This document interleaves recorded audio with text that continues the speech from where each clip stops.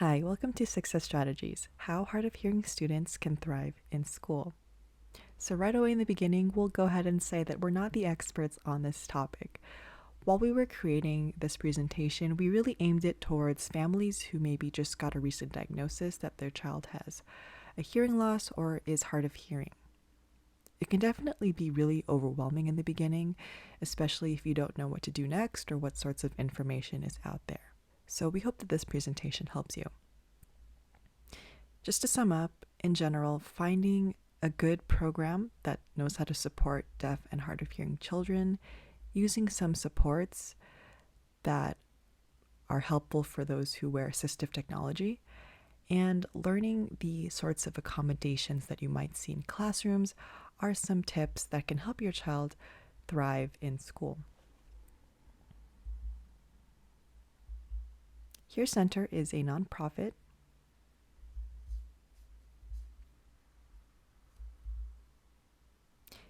Hear Center is a nonprofit speech and hearing clinic based in Pasadena, California. We serve a lot of people in our community as well as several cities in LA County. And since 1954, we've offered services such as speech therapy, audiology, hearing aids, and hearing protection. We started this webinar program back in October of 2020 as a response to the pandemic. And if you do a quick search on our YouTube channel, you'll be able to find a playlist of all of our various webinars to date. So for the rest of this presentation, think of me as sort of this cowgirl who's been roping info from all sorts of online sources, such as LAUSD, various blogs and websites, and just sort of anything I could find on this topic on the web. We are not licensed educators here at Hear Center. I'm a licensed audiometrist. I do hearing screenings, and I'm also a incoming grad student for an audiology program. So this was helpful for us just to see what sorts of information we could find to help you. If you are a parent or teacher of deaf or hard of hearing students and you feel like maybe we missed the mark completely, or if we maybe missed some important resources, feel free to let us know by sending an email at info@hearcenter.org. We'd be really happy to get some feedback. So children with hearing loss do exist. I think there is this sort of notion that, hearing loss is only for those who are elderly. But this isn't true. According to the CDC, 1 in 3 children have hearing loss. And hearing impairment can have subtle or noticeable effects on children depending on the treatment and the severity of the loss. It has been shown to affect speech and language development, social skills, and the earlier families get their child's hearing checked, the better. Every child is unique. Different interventions, supports, and success strategies aren't going to be the same for every child, and this is because of several different factors. The type of hearing loss. What type of hearing loss does the child have? There is a spectrum of hearing loss from mild to profound. Was the hearing loss acquired or was it congenital? Did it suddenly come on or was it present at birth? According to the CDC, about 6,500 infants in 2017 were born with permanent hearing loss. Also, what type of supports does the child with hearing loss have? Hearing aids, cochlear implants, and rehabilitation strategies are all some things to help a child who has a hearing impairment. One thing that is for certain is that deaf and hard of hearing students can struggle in different locations, whether that's the home, the school, or any environment really. Because mostly these environments are designed for us, those who have normal or better hearing. We're lucky that we can cook in the kitchen and have a conversation with our partner and have music playing in the background. Someone with hearing loss, especially a child, they might not have that luxury of being able to multitask and listen without looking at the person they're speaking to. So what we can say is that hearing loss impacts the child's access to information. They may need to work 3 times as hard just to focus on what someone is saying, And even then, they may still not be able to hear everything. One way that access can be affected is by the setup of the environment. And we'll discuss a little bit more later, but the way how an environment is arranged and even the lighting can contribute to how well someone hears with hearing loss. Again, that there is that increased likelihood of mishearing just because environments aren't set up for those with hearing loss. And over time, this can just lead to mental fatigue and stress for the child. It can be really frustrating for them, not being able to hear or being able to connect with others the way they want to. You've heard it before, and I'll say it again. Your involvement as a parent or caregiver in your child's education while they have hearing loss is really important for their success. That homeschool connection has shown to lead to better academic success with children. And when others start to come into the picture, maybe therapists, specialists, and school administration, they're going to want to talk to that child's advocate, which is you, their parent. A good program that your child enrolls in really should be meeting with you often and updating you with your child's progress. And as the parent, you provide them with great insight. Collaboration with everyone, educators, administration, specialists, therapists, it really contributes to higher success for your child in their academic life. If you're a parent of a child who was recently diagnosed with hearing loss, one resource our executive director really recommends and likes is the A.G. Bell Foundation. It's their goal to help families acquire hearing technology, secure financial aid and scholarships, and give families resources to help them succeed. I'll link their website below. They have a lot of great articles on their website for families who are curious and if they have time to read. But another great thing that they offer is a support line that you can call with English and Spanish operators. So if you've ever asked yourself, okay, what questions should I be asking? How do I sort through all this information? And how can I communicate with my deaf or hard of hearing child? This is a great number to call. These people are trained and they're very experienced in this topic. So if you have questions, maybe you don't know where to turn to if you're just starting out, we'd really recommend you give this number a call. I will link to the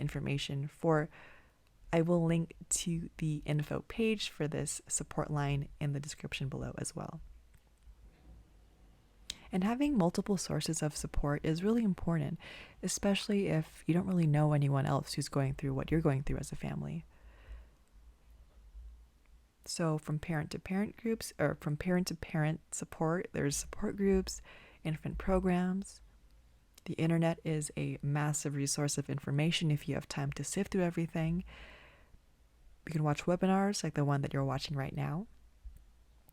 And because there's so much information on the web, I'll link a couple of helpful links and resources that we found while making this presentation below.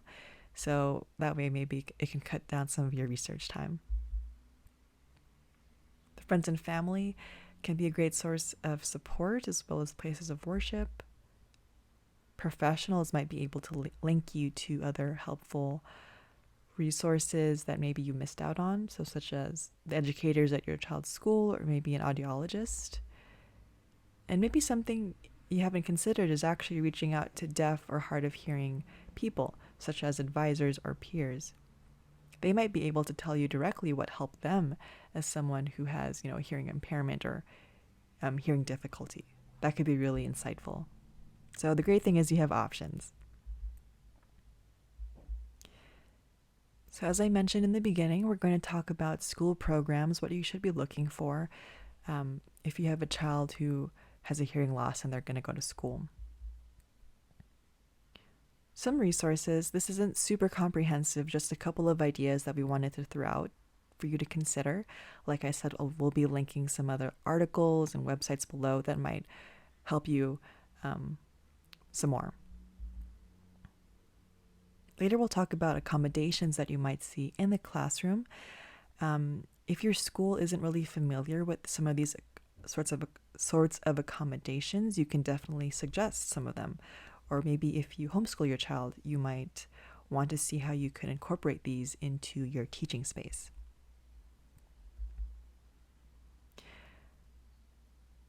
During every live presentation, we like to have a Q&A at the end. As you can see here, we didn't have an audiologist at our last one, but in the future, if you would like to attend our live presentations and maybe speak with one of our speech or hearing professionals, we'd highly recommend you join the live presentation. Okay, so are you wondering if your child's school is able to support them? Do they have the experience working with deaf or hard of hearing children? In this section, we'll talk about some things to look out for as you're scouting out programs, as well as some existing programs for the deaf and hard of hearing population, or for students. So again, just to emphasize, children are unique and they come into school with different language abilities, strengths, and supports to help with their hearing loss. And the truth is, some places, some programs, they are more experienced helping these children. Others maybe need some more training because maybe they haven't actually worked with children with hearing loss before. Maybe you've heard some of these terms. If your child goes to a public institution, you might have heard of an IEP or an individualized education plan. So this is developed by a group of professionals at the child's school, and it's usually for children who have disabilities or who need special education services. After the child is assessed, they're going to have a little summary of their strengths and weaknesses, the goals for them in school, special services and supports they'll need daily, and then other sorts of supports to help them. The IFSP, or the Individual Family Support Plan, is very similar to the IEP, but it's more geared towards those from birth to age 3. So these are for our younger kiddos. These programs help young children develop their physical, communication, social, emotional skills, and so on. Helps them develop early, or helps give them an early start to develop their fullest potential. The 504 plan is similar to an IEP in that its goal is to help students thrive, but it isn't part of special education. It's more so to give students with quote-unquote physical or mental impairments access to education. These include accommodations like changes to the environment, how material is instructed or taught, and so on. But let's say you're not going with public schools, or maybe you are, and you want to know, okay, is my child going to be supported as they go from class to class, year to year? So deafchildren.org gives a little bit of insight into questions parents can ask during this investigative searching process. Does the program meet the needs of deaf or hard of hearing children, or is it more basic? This website states that specialized programs are going to meet the needs of your child better, but some families want their child to go to a school and have them be part of mainstream classrooms. So this is still something we need to be considering. For those considering preschool options, is the program home-based, center-based, or a combination of both? Both have advantages. It's just a matter of visiting each type of program and seeing which would be more helpful for your child and their unique situation.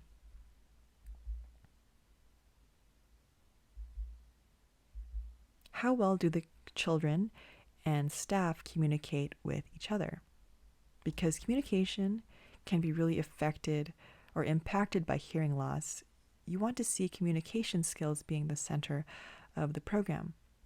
There should be a commitment to good communication between the students and the teacher. How much family support is available? What does the school offer to help families who have children with hearing loss? Assistive technology, support groups, counseling. These are things to consider.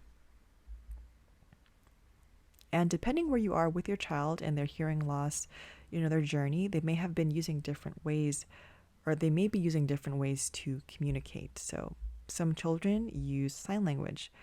Does the school have a deaf education teacher or interpreter who can stay with the child in the classroom? Some children are able to communicate with just their regular hearing and listening skills, but they just may need a little bit more support in the classroom. So it's important that the teacher knows how to adjust their teaching style and presence in the classroom to support them. Other students will be using assistive technology such as hearing aids, FM systems, or cochlear implants. Does the program have experience working with these different modes? Are they willing to learn how to work with them if it means helping supporting your child in the classroom? And as I mentioned in the beginning, another question you can think about is the classroom suitable? Is it set up with deaf and hard of hearing students in mind? I'll talk more about this later in the accommodations section, but again, the environment and how the classroom is set up is really important in how the student thrives in the classroom. Here's just another handy slide of questions to ask if you are considering a program for your child who's in preschool. Although this was written for specifically preschool students, I think that this is a good slide to look at for a child in any program in any age. Just take a screenshot here if you'd like. So deaf and hard of hearing programs. So these are specific programs. And if your child goes to an LAUSD school in that system, they will have access to these programs. In general, they are for students who range from 3 to 22 years old. They contain a bunch of services and supports. It encompasses general ed classrooms, special day programs, and special schools. With these programs, they help look to build some of these skills. So listening skills, self-advocacy, and receptive and expressive language. They also have specially designed instructional programs. So the DHH Special Day Program focuses on developing language and literacy skills.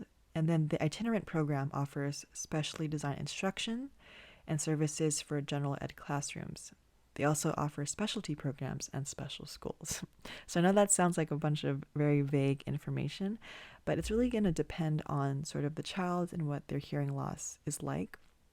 If you would like more information, I'll link below a number that you can contact to learn more about the DHH programs in maybe an LAUSD school near you.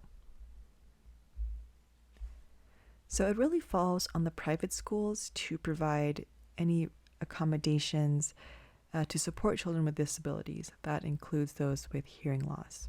And if you're concerned that your child maybe isn't getting the sorts of supports that they need in a private school, there's something that you can look into. And this is called Child Find. And the goal of Child Find is to locate children with disabilities and provide special education services, regardless if they're in a private school or not. Provide services to all children, even if they go to private schools. So according to the Individuals with Disabilities Education Act, those who go to private school, children who go to private school, they don't have the same entitlement to services and benefits as if they were in a public school. However, it is legally mandated for them to locate, identify, and evaluate children ages 5 to 21 with identified or suspected disabilities. So during this process, what this means is that they'll evaluate children who go to private schools, and if it is determined that they do need services, an IEP will be made for them. They will also receive an offer to attend a free and public education or a public school, but parents are not obligated to accept that offer. In order to get this process rolling, you're going to want to identify the public school of residence based on your zip code and based on the location of the private school. You'll need to make a written request and then prepare some necessary materials, such as education records, possibly setting up an interview with your child's private school teachers. There's a lot of information for this topic, and I know I maybe didn't go into it too in depth. I will link a web page about Child Find for LAUSD in the description below. So if you'd like more information and if you're interested in this program, feel free to check that out below. It'll be really helpful. And no matter what sort of program you enroll your child into, your collaboration and your involvement with the teachers, evaluators, specialists, and administration is going to help in the long run your child's likelihood of success. And it can definitely be frustrating sometimes if you continue to talk to these people and you're not quite getting the help that you want, but there is someone out there who's listening and who wants to understand your situation. So feel free to reach out to your wide network of support. As I spoke about earlier, you have lots of different support groups and many foundations that are willing to help you on this journey if you need it. Okay, so on to resources. As I mentioned earlier, this isn't going to be super comprehensive, just a couple of ideas that we wanted to throw in here. Maybe if your child has hearing aids, some supports that might benefit them. I will be linking many other resources below, like articles and web pages that have more information. So definitely use that to supplement this webinar. Okay, so for publics, if your child goes to a public school, they will have the IEP and IFSP, which is great because it already on there has recommendations for how to, like what some sorts of supports and accommodations your child will need in the classroom. It also describes your child's strengths and weaknesses, which is really good to know. And with those strategies, make sure you're regularly reviewing them and really seeing if they're working with your child. You might want to ask these questions. A great resource we found online is this website. It's actually called Success for Kids with Hearing Loss, and I'll link this below. It has a ton of articles for parents who have infants or school-age children with hearing loss, tons of topics, and if you'd like to know more specifically about an issue that you might have on your mind, whether that's communication tips or social skills, there's probably an article on here to help you. So make sure you check that out below. So as we're sort of entering this reopening phase in the US, I'm sure a lot of us are very grateful for that. We need to consider the effects of masks on the hearing impaired. And not so much masks being worn by those who have a hearing impairment, but masks worn by those around them, so maybe teachers or students.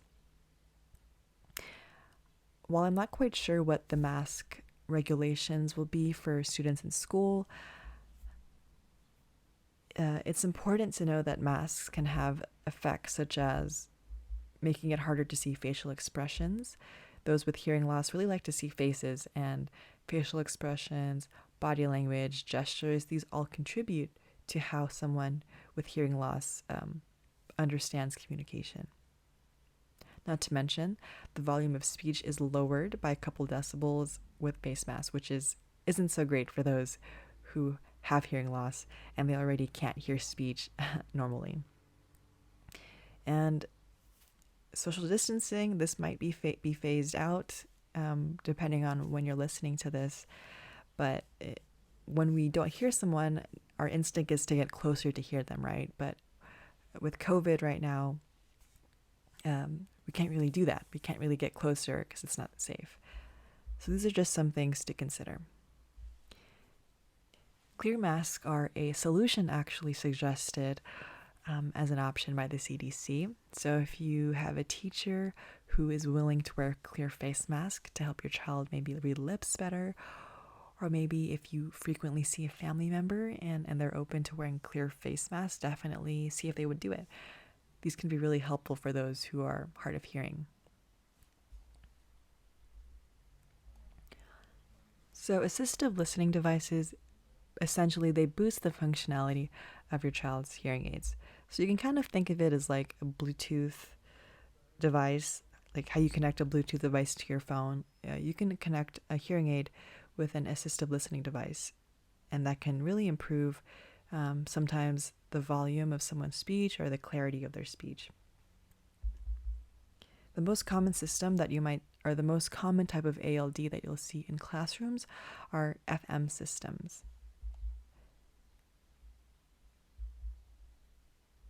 Here's just an image we pulled from the web demonstrating how an FM system works. So on the teacher, she has the FM system attached to her hip and then a microphone clipped to her shirt.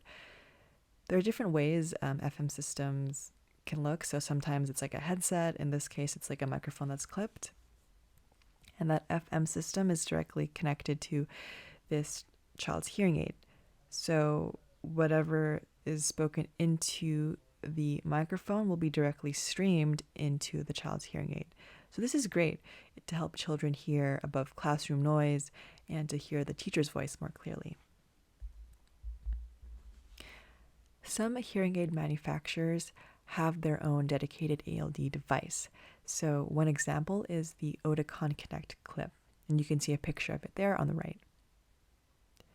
One of our staff members at Hear Center is hard of hearing, and she uses this device with her partner. So in the car, when they're driving, her partner will connect the Connect clip to his shirt as he's driving, and whatever is spoken into the device, it's directly streamed into her hearing aids. So this is great if you want to have a little bit of like background music on, and maybe the car is really loud.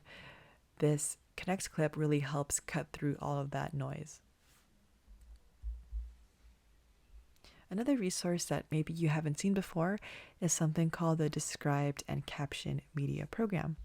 Now, this program is fully funded by the U.S. Department of Education and National Association of the Deaf, and the goal for it is to provide thousands of described and captioned educational media for students in kindergarten through 12th grade, and for those with varying disabilities, so deaf, hard of hearing, blind, deaf-blind. There's a lot of content here to help all sorts of individuals.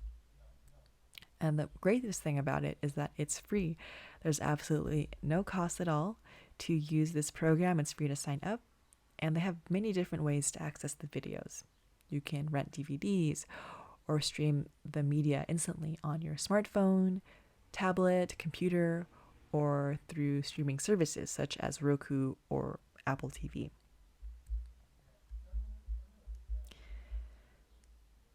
The cool thing is you can search by category. So as you can see here, here's a screenshot of some of the different categories. There's, you have the blind life, deaf-blind life, deaf life, and then you'll see some educational categories such as history, mathematics, and language arts. And that's because you can also search by state or organizational school standard. So if your child goes to school and maybe they're learning about a certain topic in class, or they're taking a certain class, you can see what sorts of videos line up with that topic or that class. You can search by the state, the subject, the grade level, and then it'll show some matching standards, which is very, very cool. You can also browse by series if your child happens to know a specific series that they enjoyed in the classroom. And again, all this content is described and captioned, so it's really easy to access for all kinds of people. And as much as there is a focus on academic success, really don't forget the importance of social life and social connection for your child with hearing loss. Really, as much as possible, encourage them to explore their interests. As I mentioned in the beginning, hearing loss does have some effect, or can have some effect, on social skills and social life. So just having interests and hobbies can improve your child's overall happiness, education, and their social experience.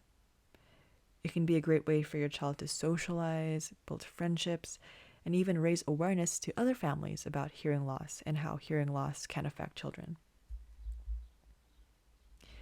If your child wants to participate in a sport and you're not quite sure how that would work, if they wear hearing aids or if they have hearing loss, I'm going to link a really helpful article below that shows a bunch of different sports and how are some ideas and how they can be accommodated for those, or how they can be modified for those who have hearing loss.